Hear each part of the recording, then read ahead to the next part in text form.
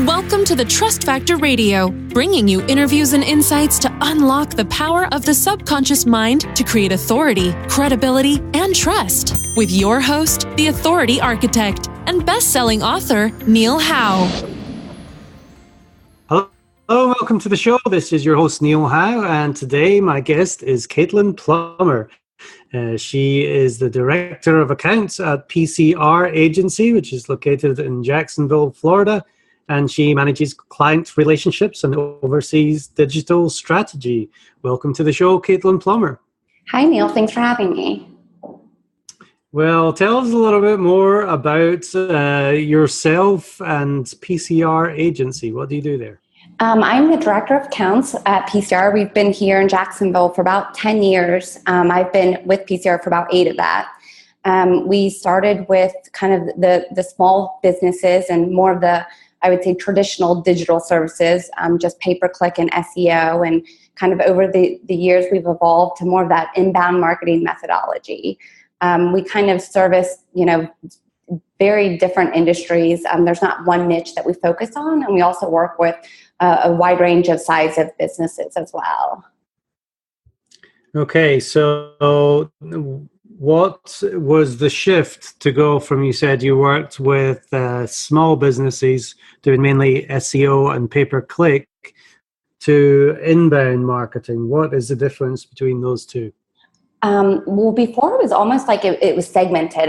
We would only focus on building a website, only running PPC campaigns and, social media as well.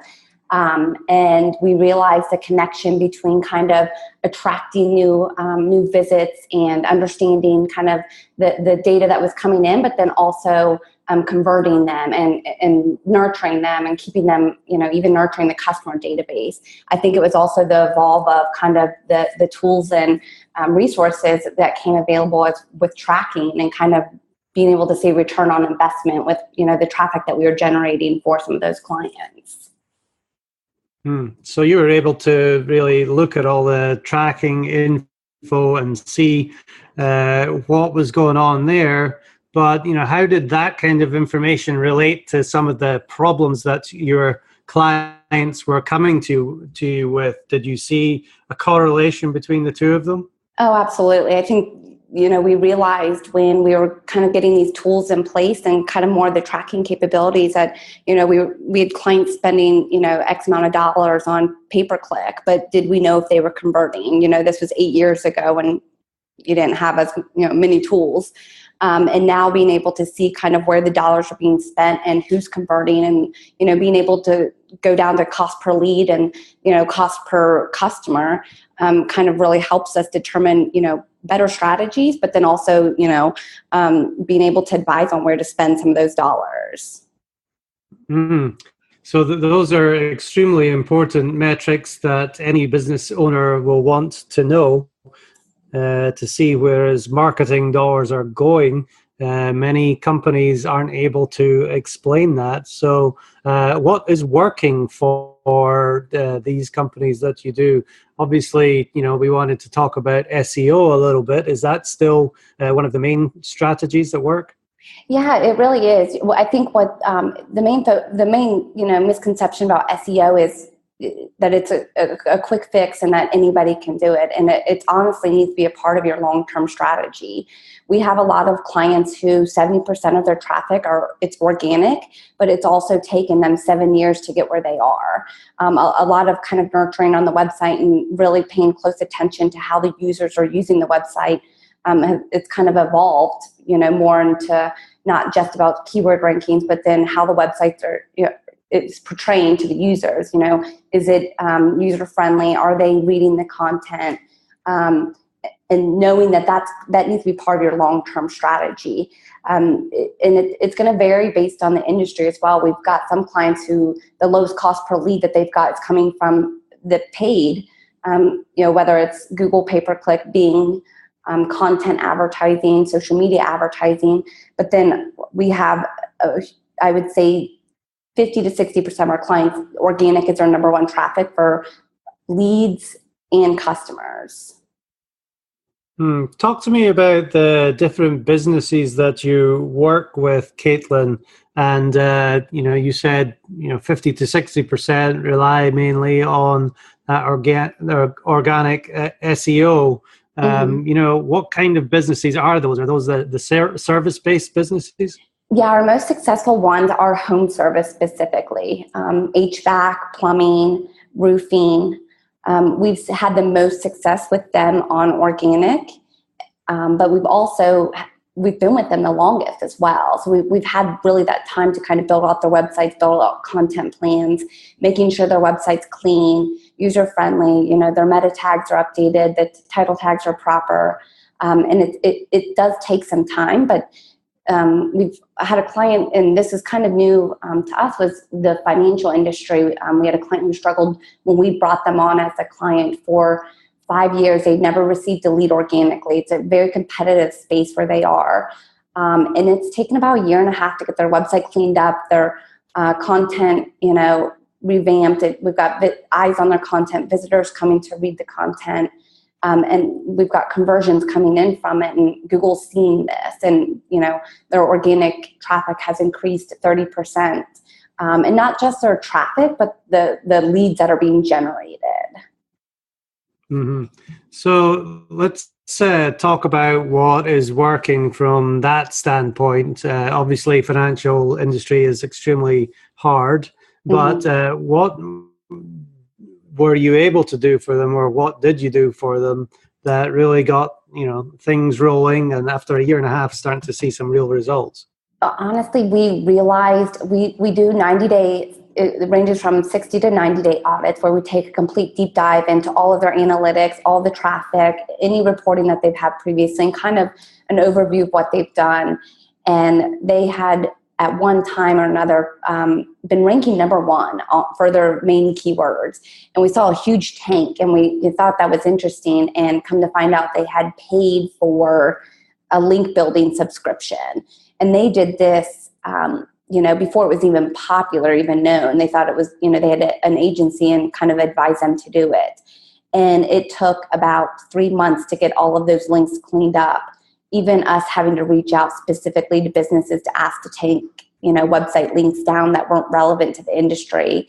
Basically, Google had penalized them that, several years that they'd been doing it, and they didn't even recognize it.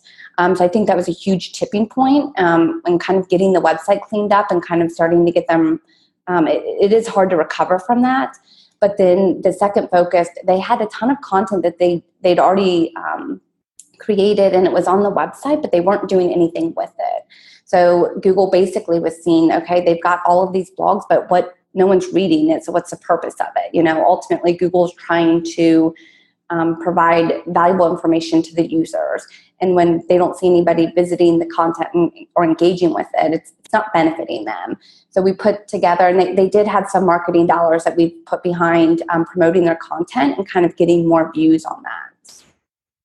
Great. And how do you do that? Is that with social media or pay-per-click? Yep. Our two most successful is social media, and based on their industry, LinkedIn was a huge social media platform. Facebook wasn't as popular, but we also use content promoting websites such as Outbrain that basically distributes content for you. Excellent. And that got some more traffic to the site.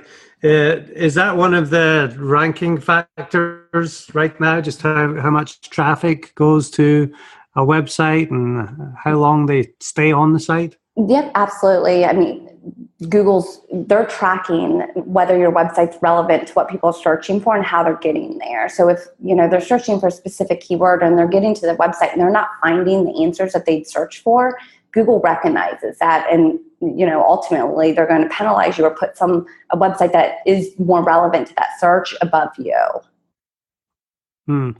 So over the past few years, since Penguin and Panda, which were two big algorithms, there's been more changes since that. But how have things changed within Google and the other search engines that really are changing what businesses have to do with their marketing?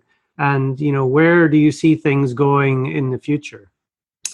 I think before, a lot of people spent too much time focusing on, adding, overstuffing keywords on the website,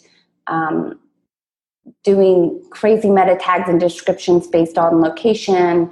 And, I think where it's come now is to just taking a step back, looking at a website and saying, are the pages on my website for users and not for search engines? Don't deceive the users into coming to your site when it's not relevant. And then avoiding any tricks, Google's watching that. They've got a more hold on kind of the black SEO and kind of making sure that these websites are organic. What's the most unique, valuable, and engaging thing regarding your website? I mean, that's what Google's going to recognize and ultimately reward you based on, people using your site. Yeah, so, back, 5-10 years ago, what was actually working wasn't necessarily good for the businesses or the websites, but, now it's all about user experience. And the way that we're doing SEO now, do you think that is the long-term way to go? Or do you think Google's going to turn around and say that the practices now are, not what they're looking for in the future? You never know with Google. It's a full-time job keeping up with it, but I do think the most organic and transparent you can be with your website. I feel like that's been Google's focus this entire time, and they are continually combating kind of those black SEO habits and penalizing for it. So I do think that making your website the most organic and being the most transparent you can is more of the long-term solution to kind of increase your rankings. Excellent. So let's look at what you're doing right now with your company. I'm on your services page at PCRagency.com, and I'm looking at this: understand, attract, convert, and engage. Can you go through these for me and really tell me what you aim to do with each one of these things? Yeah, so this is kind of the inbound marketing methodology that we adopted about 8 years ago. And this kind of focuses on the life cycle stage of a user coming to your website. That initial stage is kind of understanding the industry and the business and the users and the audience that the client's trying to go after. That's keyword research, market assessment, kind of customer analysis, competitor analysis, and ultimately thinking down to the user what they are searching for to kind of find that business.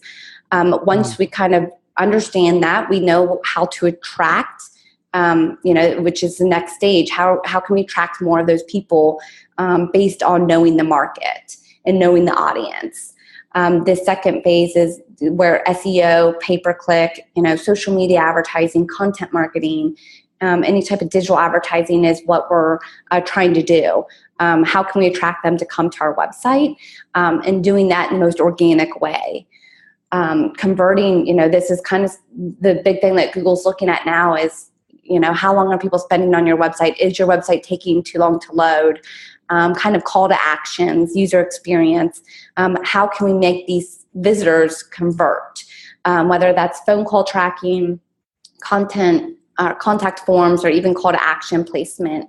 We go down to putting heat map tracking on the website to see what people are attracted to.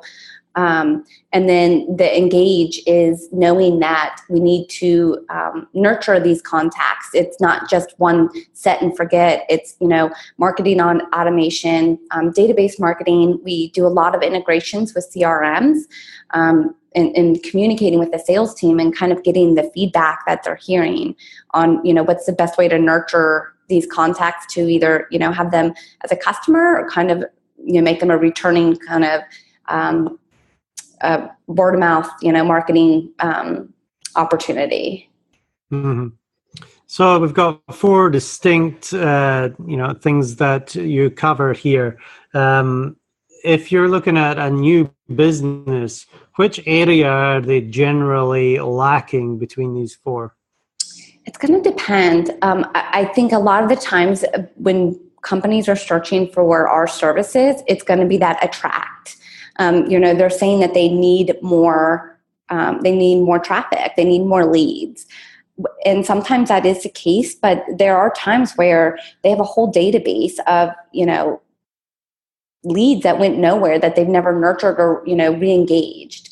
So I would either say them coming to us are either at the attract or the engage phases. And obviously, you need people to come to your website, but which strategy here makes the biggest difference to the bottom line for the business? Is it, that convert mechanism? You've got 100 people coming to your website, before you were maybe converting 2, now you're converting 4. You double your business. Is that right? Yeah, I would say the convert phase is the most cost effective, just because it's tweaks that you can make with your existing assets. Obviously, the attract phase is going to need some dollars behind it, whether it's for SEO or some sort of paid advertising. And even the engage is a huge commitment to kind of diving into the databases that some of these businesses have. And again, it depends on the size of business. We work with some local businesses that have 500 contacts, and then we also work with several businesses that have 100,000 plus. So that engage, kind of the CRM integrations and the marketing automation is. There's more opportunity with the larger business, where the smaller businesses are, a lot of them are focusing more on putting together the pay-per-click advertising, social media marketing, and the more of the attract phase. Mm-hmm. So what do you say to these businesses who come to you and say, I need SEO, I just need, more leads and calls for my business? Do you always have that conversation with them about all 4 aspects of the understand, attract, convert, and engage? Yeah, absolutely. That's kind of what we discover in that 90-day engagement with them, where it's, do you have enough traffic? Do you have a conversion problem with your current traffic? Or what's your strategy with your current database? Are you nurturing them? Are you getting the most out of that database? And we'll learn that in those 90 days. And it's funny because a lot of the times, it's not what they think it is. A lot of the times they already have the traffic, they're just not converting. Why aren't they converting? Okay, well, you don't have a form on your homepage. Your phone number is hard to find. Or there's times where they have everything in place and they're just having trouble getting leads to the website. Yeah, I'm sure we could talk for a long time about each one of these 4 points right here, or there's 5 actually, isn't there? But what do you see are some of the misconceptions that people come to you with when they're thinking about SEO or digital marketing as a whole? What are some of the expectations that might not be real? I think with SEO, the most popular misconception is, it's immediate results. They want to see results in 30 days. And again, SEO needs to be a part of your long-term strategy. It's one of those things that's going to take time, but in the long run, it's going to pay off. I mean, Google's not going anywhere. It's only growing bigger. So taking the time now to really dedicate to cleaning your website up and getting the strategy together for that long-term plan is what needs to be done, and it's not immediate, unfortunately. I think another misconception is not being able to get a return on what you've invested and knowing where you spent your dollars. With digital marketing, the greatest thing is we can track it down to the customer and how much it costs to get them in the door. You can put this tracking in place to make sure that your dollars are being spent the right way, and that the cost per lead, cost per customer, and that the strategy is not wasting any dollars. And how about the budget? Is that a big issue for some companies? How much of their income should they be spending on marketing each month? It's going to depend obviously on the industry, but a good portion, I think, we're seeing a shift where a lot of the traditional dollars that were being spent on traditional advertising now are being shifted to digital advertising, which is increasing the competition on keywords and bidding and being able to kind of play in that space. But the benefit of digital advertising, and it's affordable to any line of business and then any industry with certain spend. So you're going to see personal injury. The competition's insane and you have to have a high budget, but then you can run on the same platform as a smaller, competitor and still play in the game. I mean, you can have a budget from $100 to, hundreds and thousands of dollars. You just have to know where to put those dollars. But the good thing about it, as you said, is it is now actually measurable. So you know what kind of return you're getting from your investment. Yes. Talk to me about some of the clients that you work with. What kind of problems did they have when they came to you? Is there anybody that really sticks out in your mind as a success? What were you able to do for them, and ultimately what was that outcome for them? Yeah, currently right now we're working, this is kind of the most, recent case study kind of win that we've had. We're working with a sports team that has a database of over 100,000 contacts. They kind of, put a plan in place to generate these contacts, but there wasn't a plan on nurturing. I think they assumed that they were going to convert them as customers immediately. And their focus was, okay, we need more leads. And we put together more of a lead nurturing strategy based on the engagement of the contacts and kind of, providing the message at the right time and hitting these contacts at the right time when they were ready to buy. And we were able to do that based on the engagement that they were giving us, kind of what emails they were clicking on, what call to actions they were attracted to. And we basically built a lead nurturing funnel that determined where somebody was at in the buying life cycle stage and made sure that the right message was hitting them at the right time to ultimately kind of push them down that funnel. We've kind of hit our goal surpassed the goal of what we wanted for customers in the month of July. And then we've got a new goal set for August, which we're looking to surpass as well. And it was based on nurturing an existing database that they already paid for. Great. To get results with what you already have is, a dream for your client. How are you able to do that? Is it through email or is it through social media? We're using both. So the lead nurturing is through email marketing, but we're also retargeting them on social media to re-engage them. So if they're not responding on email marketing, which, is everyone receives a ton of emails. It's, we see that it's common, but it's re-engaging them on different platforms and using the retargeting capabilities on social media. And we're using Facebook specifically for this campaign. But it's also just reminding the customer or the potential customer that hey, we're still here and you were interested in this at one time, and kind of bringing them back in. I guess the more you talk to people and the more aware that they are of what you do, the more engagement that you're going to have. I think a lot of companies definitely drop the ball on that. Now, how about the time it takes to do all these things? Do you handle that for the client, or is there a time factor for them to engage with you and do some of this? We do 30-day contracts, and honestly, that's because we want to make sure we're providing value for the client, and we don't lock them into a year contract. I think that's why the misconception with SEO, we do want to make sure their expectations are there that if you are coming on board with our agency for this particular service, it's going to take time, but it's a 30-day engagement, and honestly, our main focus when we're looking for new prospects and clients is that there's going to be a long-term partnership. The trust and the communication that needs to be there is critical in the success of the client. And we know as long as we're providing value, they're going to keep us on as their agency.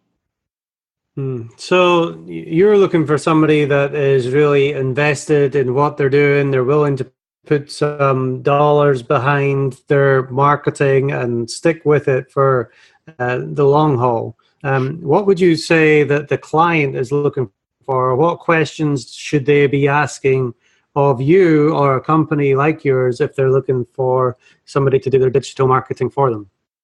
I would definitely ask the contract, how long am I in contract with you? We see that a lot where they aren't getting the results that they were expecting and they want to leave, but they're in contract. But then also the communicating with your clients and keeping them in the loop is critical. I think SEO and a lot of the services that are provided by agencies, the clients don't realize there's a lot of work on the back end. So you need to communicate that to the client and what's being done every stage. So knowing who you're going to be working with and having a good relationship with them is critical. I was an account manager for a very long time, and you have to communicate with your clients. And if you see a lack in that in the very beginning, I would warn you to kind of stay clear. It's a partnership. Now, you've been with PCR Agency for quite a few years. 8 years. What have you learned? 8 years. What have you learned during that time that is most important to you in how you deal with clients? Communication and honesty, being transparent the entire time, and honestly just being genuine. You're a business, they're a business, and making sure that everything that you're doing is providing value. I think it's always taking a step back and when we're working on an account and saying what value is this providing them, and will they receive the return on what we're focusing on. Yeah, everybody wants to see that return on investment, but you've got to set some expectations that it might take a little bit of time to make sure that the site is running smoothly and you've got all the avenues with leads coming in to see those results. So that is extremely important too. Well, Katlyn, if somebody is listening to this and they want to reach out to you and PCR Agency, what is the best way for them to do that? Yeah, they can visit us at PCRAgency.com. And, we've got a form on the website, or they can reach out and give us a call as well, 904-923-2062. Excellent. Well, Katlyn Plummer, I really appreciate you giving us all this information and content and helping the listeners out today to have an idea of what they need to do, whether it's SEO or, the digital marketing as a whole. I think that whole holistic approach that you explained is definitely what most companies should be looking for now, and not just that one aspect of the SEO. But Katlyn Plummer, thank you very much for being my guest on Trust Factor Radio today. Thank you. And to our listening audience, if you like what you hear, hit that like button and share, and we'll see you next time on the show. You've been listening to the Trust Factor Radio with Neil Howe. To learn about the resources mentioned in the show and to listen to past episodes, go to thetrustfactorradio.com. To get a copy of the book, The Trust Factor, go to thetrustfactorbook.com. If you are ready to act now and build your authority, credibility, and trust, schedule a consultation with Neil at theauthorityarchitect.com.